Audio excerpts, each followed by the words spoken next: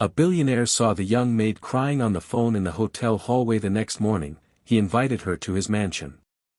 Before success shaped his name into a headline, before billion-dollar deals and stock tickers, there was a boy standing in a storm, watching the people he loved slip through his fingers. That memory, quiet, buried, was about to return, uninvited. The rain lashes against the window of the Grand Majestic Hotel's presidential suite, a steady percussion of sound that wraps the night in melancholy. Inside, Alexander Reed stands in silence. The storm outside mirrors the one slowly gathering inside his chest. Manhattan sprawls beyond the glass, shimmering, indifferent. 46 years old. Billionaire. Self-made. A man who rarely pauses. But tonight, he does. Because 30 minutes ago, something cracked open a memory he thought was long sealed. He had been walking the hallway, on his way to a late-night strategy call, when he heard it. A voice. Small. Shaking. Breaking. "I don't know what to do, they're going to evict us tomorrow. I've tried everything." A young woman, crouched by a housekeeping cart, phone pressed to her cheek. Her shoulders curled in like she was trying to disappear. Her voice, pleading, breathless, didn't belong in a hotel that cost more per night than most people made in a month. Alexander had stopped, just out of sight. Not out of curiosity, but recognition. He knew that tone. He'd heard it before, years ago, from his own mother, when eviction wasn't just a threat, it was a sentence. He didn't move. Didn't interrupt. Just listened.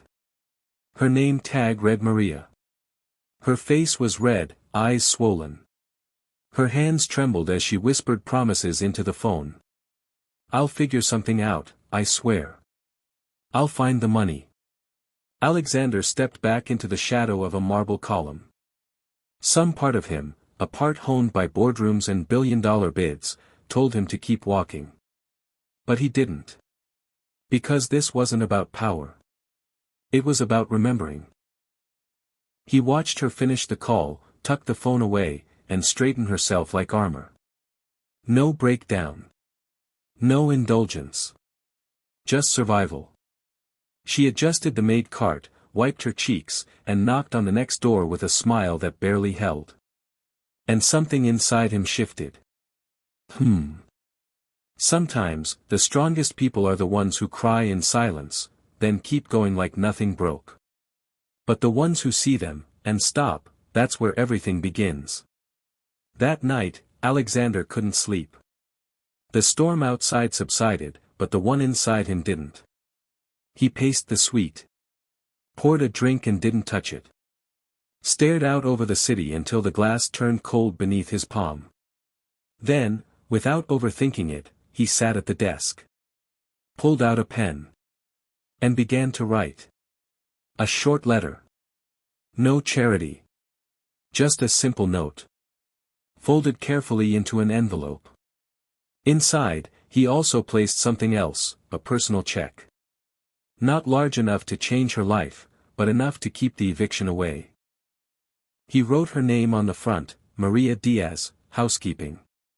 He would deliver it discreetly through management. She'd never even know it came from him, unless she chose to. Because sometimes, kindness isn't loud. It's anonymous. Unannounced. But it always knows exactly when to arrive. What Alexander didn't know, was that this small act would awaken something long dormant. And that Maria's world, already unraveling, was about to change in ways she never expected. Have you ever witnessed a moment that changed your life forever? Share it in the comments. We'd love to hear your story. Back to our story. By morning, the storm had passed, but it left something behind. Not just puddles on the streets of Manhattan, but a decision resting heavily in the hands of a man who had learned, long ago, that timing changes everything. And this morning. It was Maria's turn. Maria Diaz moved through the hotel corridor like a ghost in daylight. Silent, invisible, worn thin by too many sleepless nights and not enough hope. The cleaning cart creaked faintly with each step. Her uniform was pressed, but her eyes weren't. She didn't notice him at first. Miss Diaz? Her head snapped up. Standing at the end of the hallway was the man from the night before. The guest she hadn't even known was watching. Alexander Reed. She knew the name only because it echoed through news articles and Forbes headlines. Seeing him now, in tailored charcoal and open calm, didn't make him less intimidating. It just made him more real. He took a step closer, hands in his pockets. I hope I'm not intruding. I wanted to speak with you yesterday, but I thought you deserved your privacy. Maria's fingers tightened on the cart handle. I'm sorry if You don't have to apologize, he said gently, stopping her mid-sentence. Then he held out a small envelope. Plain. Sealed. She didn't take it. What is this? A note, he said. And an invitation. It's not charity. And you can say no. She looked at the envelope like it might explode. He didn't push. I'm leaving the city this afternoon, he continued. If you're curious, if you want a different kind of conversation, there's an address inside. I'll be there tonight. So will dinner. No expectations. No strings. Maria looked from the envelope to his face. His expression was unreadable. Calm. But sincere. And before she could decide to run, she reached out and took it. That evening, she stood outside a wrought iron gate wrapped in ivy, staring at the words engraved into the stone pillars, Reed Estate. The ride had taken over an hour. Each mile felt like another layer of her armor peeling away. Her blouse was clean. Her shoes didn't fit perfectly, but they were the best she had. She held the envelope in one hand like a ticket she wasn't sure she had the right to use. She nearly turned back. Twice. But then the intercom crackled to life. Miss Diaz? She froze. Mr. Reed is expecting you. Please come in. The gates swung open. The estate didn't look like what she expected. Not sleek and cold, not dripping in gold. Instead, the house sat quiet beneath a canopy of trees, with soft porch lights glowing like fireflies. The siding was aged wood, white and warm. There was music playing faintly somewhere inside, classical, slow, familiar. A woman in her 60s met her at the door. White shirt, gentle eyes. I'm Denise, she said with a kind smile. House manager, gardener, sometimes counselor. Come in, Maria. We've been looking forward to meeting you. Maria stepped over the threshold and into another world. The air smelled like cinnamon and old pages. Hallways lined with framed photographs. A worn rug at the door. A golden retriever asleep near the stairs. Nothing about this felt like money. It felt like a memory. Denise led her to a sunroom bathed in amber light. 2 chairs. A small table. A teapot and 2 cups. No theatrics. No audience. Just stillness. Mr. Reed will be down shortly, Denise said, then added, with a wink, he steeped the tea himself. Be flattered. Maria sat. Waited. 5 minutes passed. Then 10. And then, footsteps. Alexander entered, not in a suit but in jeans and a sweater. He looked comfortable. Younger somehow. Thank you for coming, he said, taking the chair opposite hers. I know this is unusual. Maria didn't answer. Her hands were folded tightly in her lap. He nodded, acknowledging the silence. I'll keep this simple. I'd like to offer you work. Not as a maid. Not as a charity case. As someone I think is capable of more than this world has given you the chance to prove. She blinked. What kind of work? Help me archive and organize materials from my father's life. Old letters, speeches, records. He kept everything, and I need someone with patience, someone who notices things. Why me? She asked, her voice barely above a whisper. He paused. Then answered with something like reverence. Because when I saw you cry, you didn't crumble. You wiped your face and kept going. That kind of strength doesn't belong in the background. Maria looked down at her hands. She didn't trust this. Not yet. But she wanted to. He continued, gently, it's temporary. You'll be paid weekly. Health benefits. No NDAs, no surveillance. Just one rule. She met his eyes. What is it? No apologies, he said. Not for needing help. Not for showing up. Not here. Something flickered behind her eyes. Not trust. Not yet. But something softer. The most powerful invitations aren't the ones that offer money, they're the ones that say, I see you. And I believe you belong somewhere better. Maria's room was small but bright. Cream sheets. Fresh flowers on the nightstand. A notebook and pen, untouched. On the wall, a quiet painting of a tree mid-bloom. It felt like someone had prepared it with care. For her. Not for a role, but for a person. As she lay awake that night, staring at the ceiling, one thought kept circling in her mind. Is it possible that survival doesn't have to be her whole story anymore? Let's find out. By morning, the house had settled into rhythm. Maria stepped into a kitchen full of quiet motion and calm purpose, unaware that her journey toward rediscovery was already underway. But just down the hall, in a sunlit study, Alexander Reed had already begun thinking. What would happen if we both stopped running? Would you have accepted the offer if you were in Maria's shoes? Or walked away? Comment below. By the second morning, Maria knew where the sugar was kept. By the third, she no longer flinched when someone spoke her name gently. The house didn't just welcome her, it gave her space to exhale. And that was new. The days began early at the Reed estate. Not with shouting or alarms, but the quiet clink of cups in the kitchen, the hum of the kettle warming, and Denise humming an old Ella Fitzgerald tune. Maria had a notebook now. Each day, she filled a page with what needed to be done. What she wanted to remember. Notes about which folders to archive. Scribbles from conversations.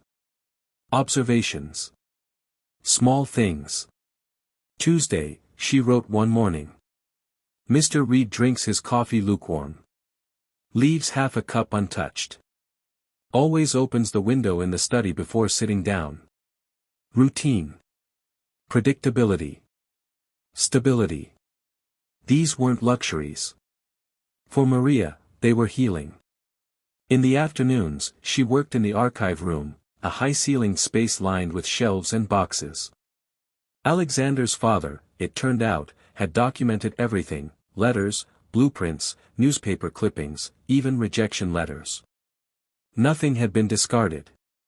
Nothing had been forgotten. One box labeled 1979, correspondence, personal caught Maria's eye. Inside were letters never sent. Handwritten confessions, unfinished thoughts. She paused over one that began. To the daughter I never had. She read quietly, tears stinging at the corners of her eyes. The words weren't meant for her, but somehow, they found her anyway. On Thursday, Alexander stepped into the room while she was still working. He didn't say much, just stood near the bookshelf, watching her flip through yellowed pages. You read like it matters, he said softly. Maria looked up. It does. Someone wrote these thinking they'd be remembered. I think they deserve to be heard. He nodded. My father believed in the power of unfinished thoughts. She smiled faintly. That's rare. He paused before replying. So is someone who doesn't rush to speak. There was silence, but it wasn't awkward. Just full. They saw each other in passing more often now. In the kitchen, where he would peel oranges slowly, methodically.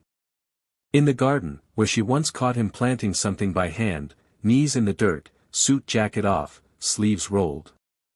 "You're a billionaire," she had said, surprised. "You have people for this." "I have people for most things," he replied.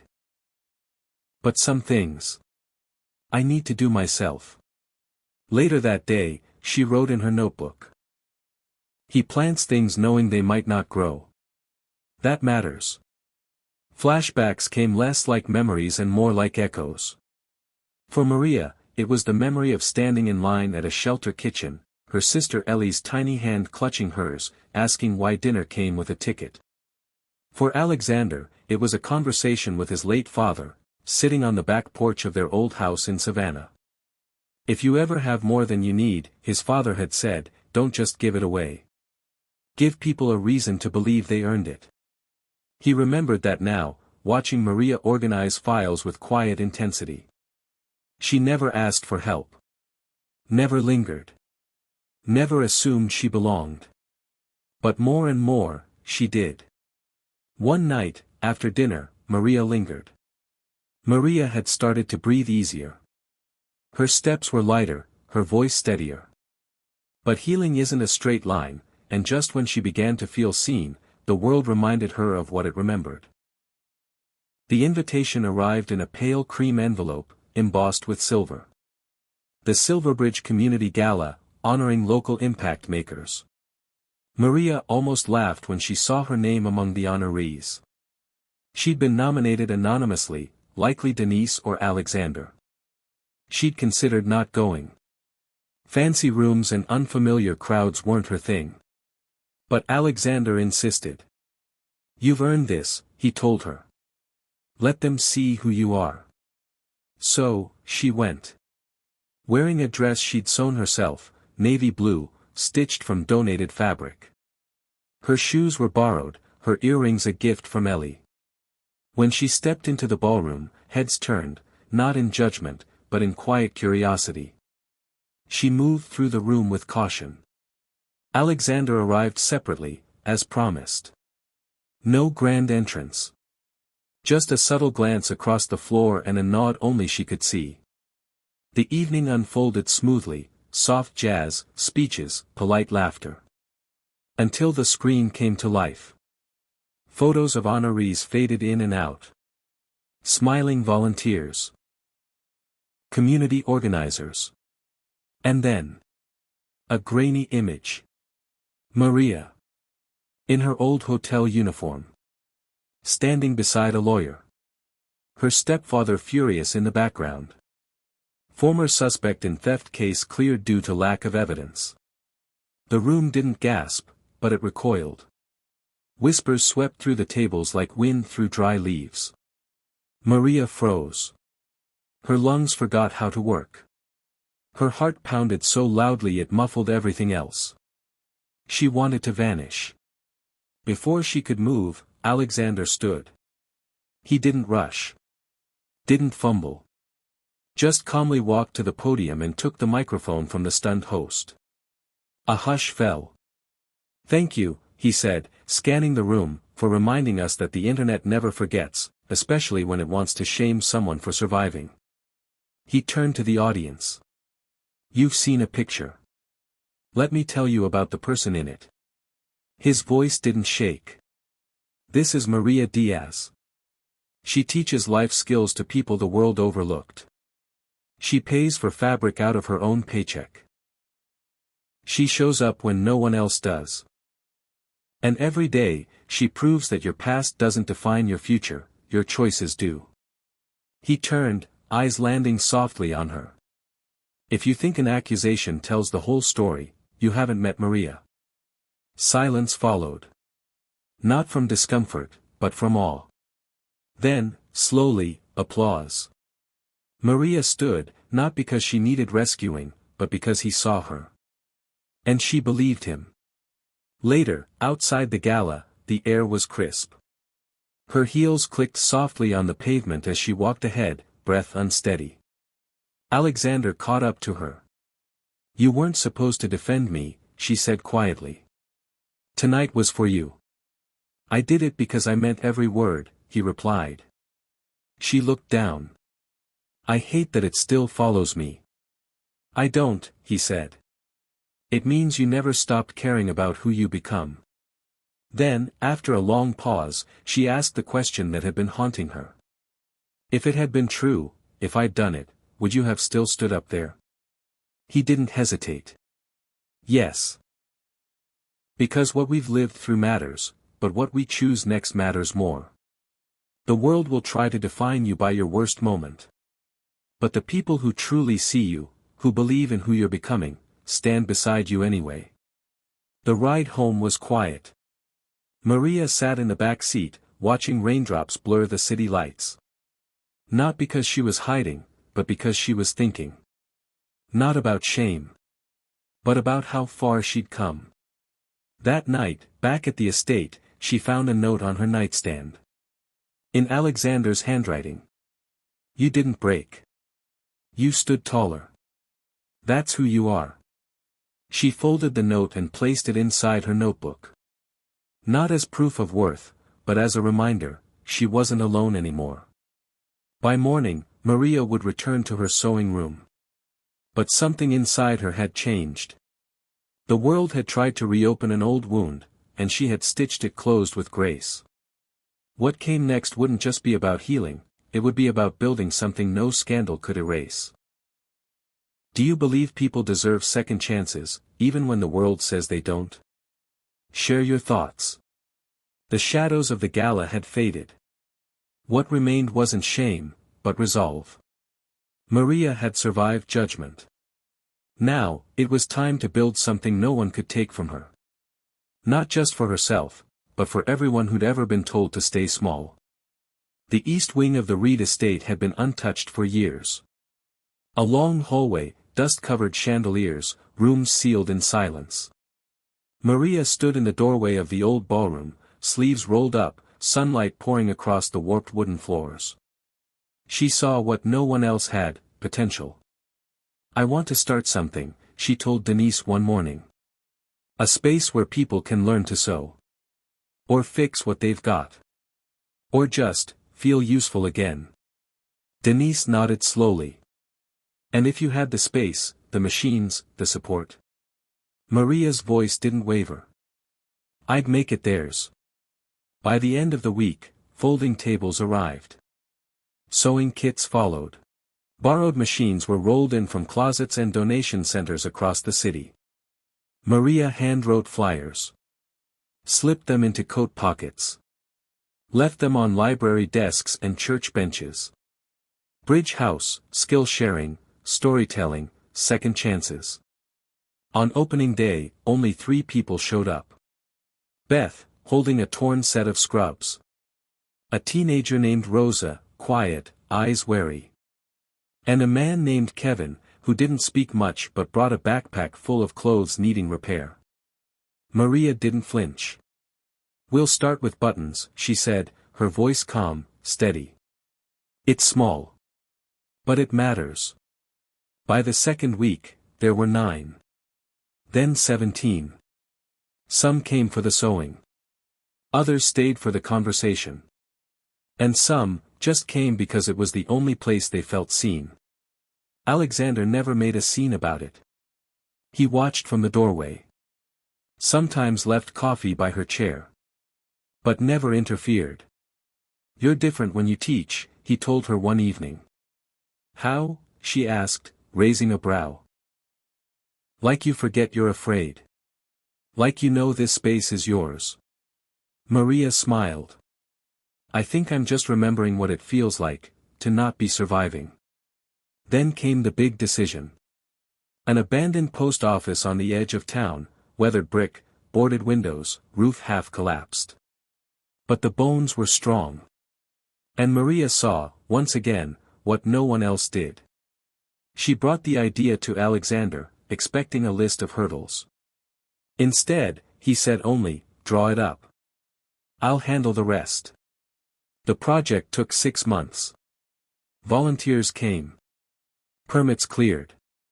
Paint was chosen, warm, earthy tones. A garden was planted out front. Inside, the walls were filled with color, laughter, and sound. The upstairs held sewing machines. The downstairs, a reading nook, a children's space, and a shared kitchen. Maria named it Bridge House. Not because it saved people, but because it gave them something solid to cross into something better.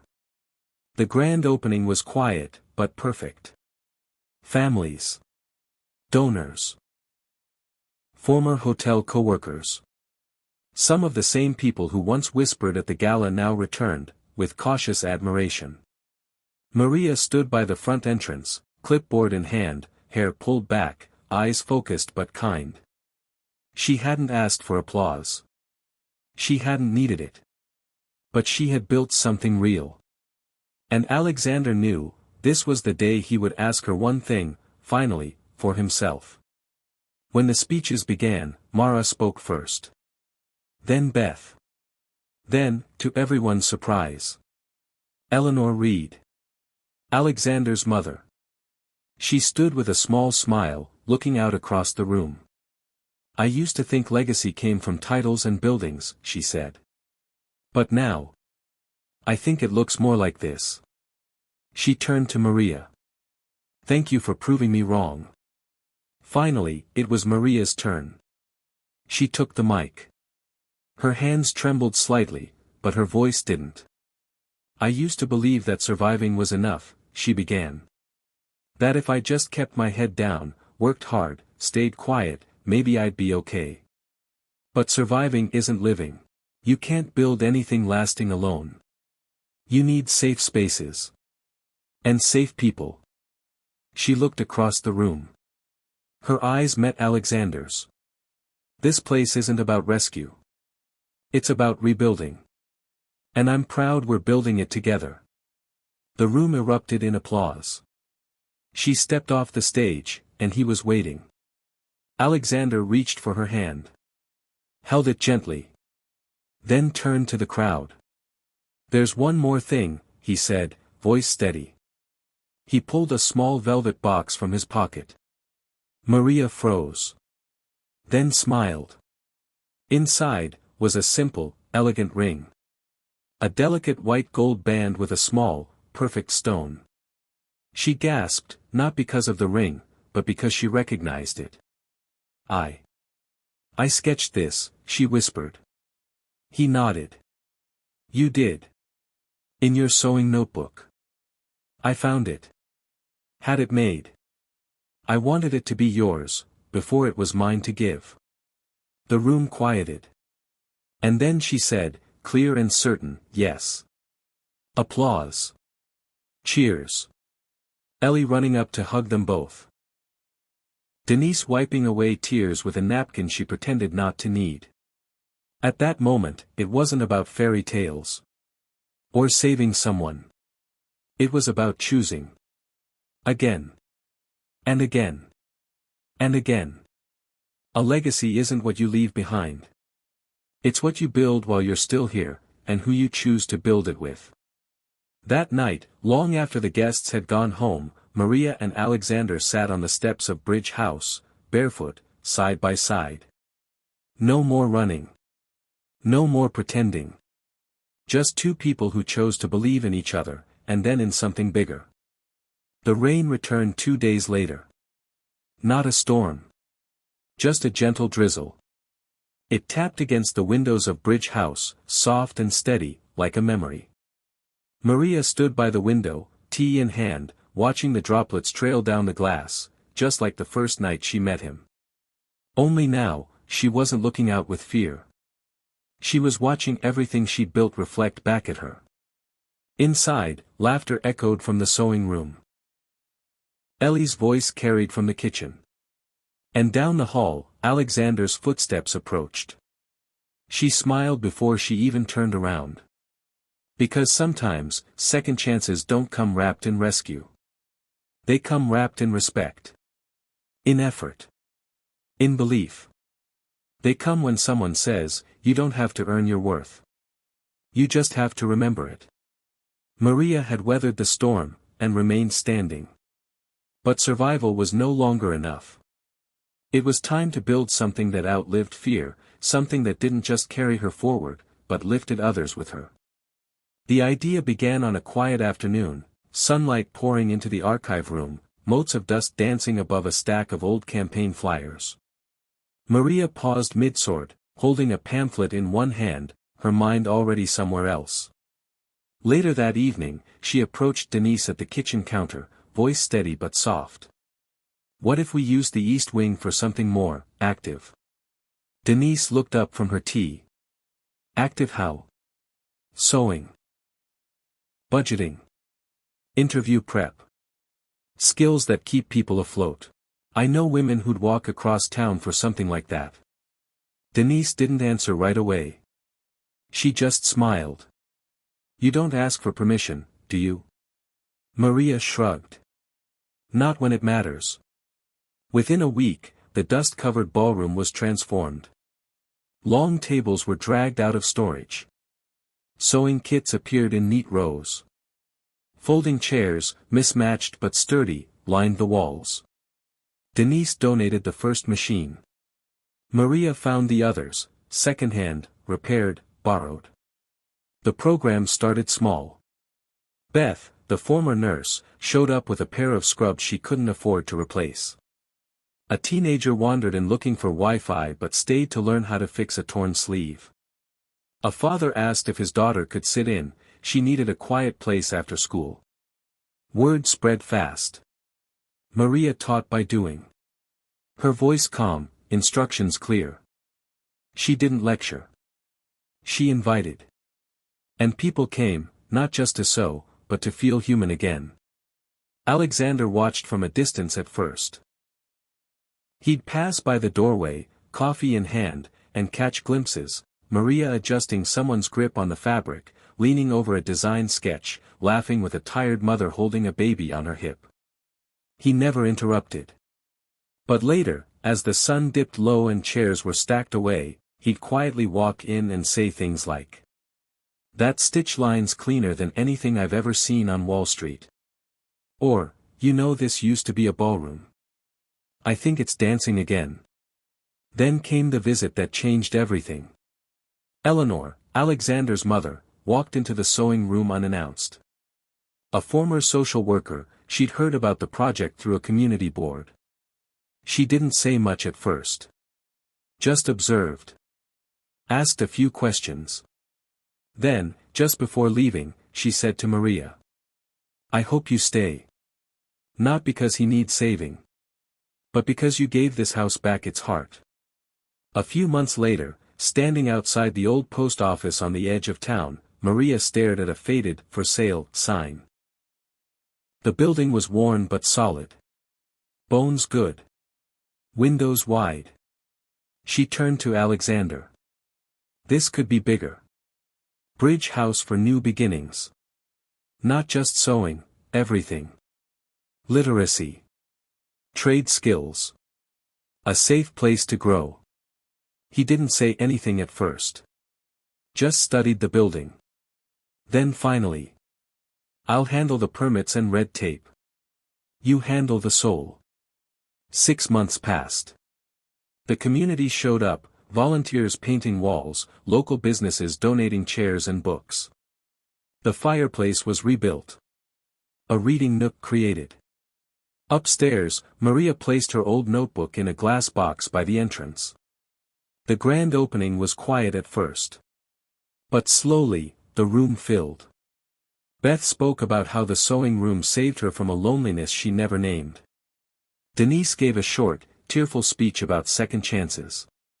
Even Eleanor offered a few words, honest, understated, unexpectedly warm. Then it was Maria's turn. She stood at the front of the room, heart thudding. Alexander nodded from the back, his presence steady and sure. "I used to think surviving was enough," she began. "But it's not.